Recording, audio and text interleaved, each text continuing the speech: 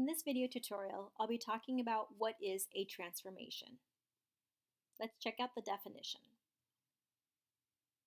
A transformation is a process that involves changing a two-dimensional geometric figure from its original position to a new position.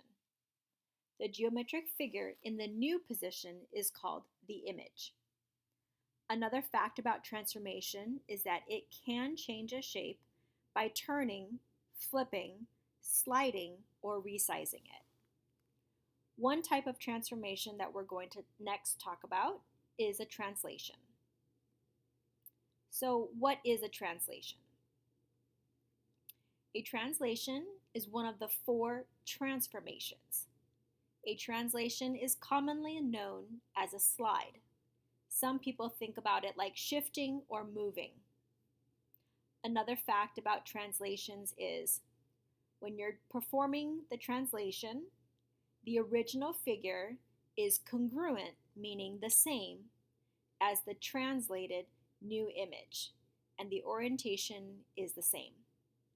In my next video tutorial, I'm going to be demonstrating an example of a translation.